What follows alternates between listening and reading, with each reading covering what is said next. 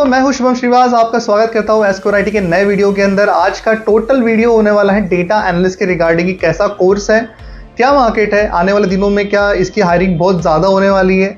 अगर मैंने data analyst किया है तो मुझे कौन सी चीज़ों का नॉलेज होना भी ज़रूरी है अगर मुझे इंडस्ट्रियल स्टैंडर्ड को मैच करना है। तो अगर मैं 2+3+ एक्सपीरियंस के साथ में जा रहा हूँ तो कौन सी चीज़ें सबसे ज़्यादा डिमांडिंग है। और अगर इस चैनल पे आप लोग नए हो तो प्लीज़ चैनल को सब्सक्राइब ज़रूर करना, बिकॉज हम इस चैनल के ऊपर सिर्फ और सिर्फ आईटी रिलेटेड चीज़ों के बारे में ही डिस्कशन करते हैं।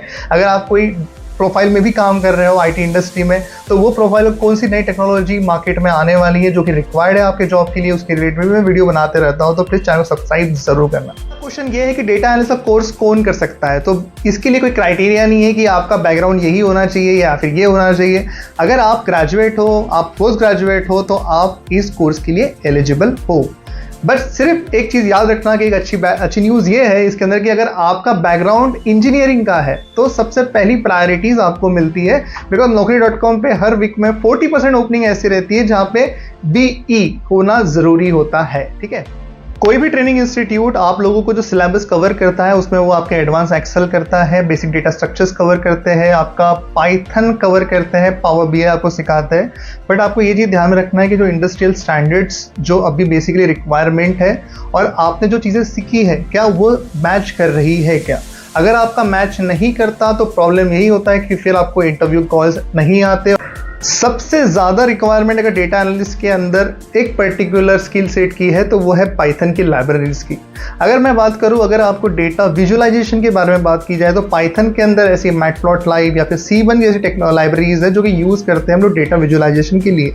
अगर मैं बात करूँ डेटा मैनिपुलेशन के लिए या फिर डेटा क्लीनिंग के लिए तो सबसे ज़्यादा इंपॉर्टेंट NumPy हो गया, पांडास हो गया या फिर SkyPy हो गया, ये लाइब्रेरीज आपको आनी चाहिए। अगर प्रेडिक्टिव एनालिसिस भी काफ़ी इंपॉर्टेंट रोल प्ले करता है डेटा एनालिस्ट की प्रोफाइल के अंदर, जहाँ पे आपको नॉलेज होना चाहिए scikit-learn का हो गया या फिर टेंसरफ्लो हो गया या फिर केरास हो गया। ये कुछ ऐसे मशीन लर्निंग के मॉडल्स है पाइथन के लाइब्रेरीज के जो कि आपको आने चाहिए अगर कंपनी के प्रोजेक्ट के रिक्वायरमेंट प्रेडिक्टिव एनालिसिस के रिक्वायरमेंट्स ऐसे है कि वहाँ पे उन्हें वेब स्क्रैपिंग का नॉलेज होना चाहिए। तो वो कंडीशन में आपको नॉलेज होना चाहिए कुछ ऐसी लाइब्रेरीज का जिसका यूज़ कर हम वेब स्क्रैपिंग कर पाए। अब वेब स्क्रैपिंग होती क्या है कि हमें वेबसाइट पर डेटा निकालना होता है बहुत से बार डेटा एनालिस्ट को, तो आपको वो टाइम पे एक तो स्क्रैपी या फिर आपको ब्यूटीफुल सोप इसका नॉलेज होना चाहिए लाइब्रेरीज का, तो एटलीस्ट आप अपने टास्क परफॉर्म कर सकते हैं। अब बात आती है बहुत से प्रोजेक्ट पे आपने देखा होगा कि VBA रिक्वायर्ड होता है। VBA क्या होता है? ये होता है विजुअल बेसिस इन एप्लीकेशन।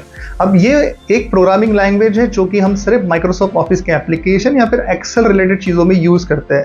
कभी कभी प्रोजेक्ट की रिक्वायरमेंट्स ऐसी होती है कि जहाँ पे उन लोगों को सिर्फ और सिर्फ एक्सेल के ऊपर ज़्यादा प्रायोरिटीज़ होती है, तो वहाँ पे आपको पाइथन से ज़्यादा VBA पे फोकस किया जाएगा, बिकॉज VBA इज समथिंग जहाँ पे हम लोग डेटा क्लीनिंग भी कर सकते हैं, डेटा मैनिपुलेशन भी कर सकते हैं। तो ये वहाँ पर रिक्वायर्ड हो सकती है। तो VBA भी बहुत सी बार पूछा जाता है, तो आप इसके बारे में भी एक बार पढ़ के देख लेना। बहुत से कैंडिडेट्स का सवाल ये होता है कि बिना पाइथन के क्या डेटा एनालिस्ट का काम हो ही नहीं पाएगा। ऐसा नहीं है, बहुत से प्रोजेक्ट के ऊपर पाइथन लैंग्वेज भी रिक्वायर्ड नहीं होती है। तो कैंडिडेट्स को ये लगता है कि मैं SQL और पावर BI सीख के डेटा एनालिस्ट का रोल ले लूँगा, ऐसा नहीं होता। वहाँ पे आपको Alteryx, ये भी एक चीज़ है जो डेटा एनालिस्ट का प्लेटफॉर्म है जिसका यूज़ हम लोग बेसिकली डेटा ब्लेंडिंग के लिए या फिर डेटा क्लीनिंग के लिए, प्रेडिक्टिव एनालिसिस के लिए या फिर रिपोर्टिंग के लिए भी यूज़ करते हैं। अब यहाँ पे कोडिंग तो रिक्वायर्ड नहीं होती, बट यहाँ पे टूल्स होते हैं इस प्लेटफॉर्म के ऊपर जिसका यूज़ कर आप ये सारे ऑपरेशंस को कर सकते हो। बट फिर से बोल रहा हूँ, ये भी डिपेंड होता है प्रोजेक्ट के ऊपर। जिस कंपनी के लिए आप अप्लाई कर रहे हैं उसके जॉब डिस्क्रिप्शन में आपको इसका पूरा इन्फॉर्मेशन मिल जाएगी कि उसको रिक्वायर्ड क्या है। बट अगर उसका रिक्वायर्ड है कि उसे VBA या फिर Alteryx का नॉलेज होना चाहिए, नॉट पाइथन लैंग्वेज का, तो आपको उसके अकॉर्डिंगली सीखना पड़ेगा। ये तो बात थी सिर्फ कोर्स के बारे में। कोर्स में एक्चुअली क्या रिक्वायर्ड होता है, मार्केट क्या बोल रहा है, कितनी चीज़ें मार्केट में नई आ चुकी है जो आपको सीखना ज़रूरी है अगर आपको यहाँ पे अपना एक स्टैंड रखना है, आपको अच्छी जॉब लेनी है अच्छे पैकेज के साथ में।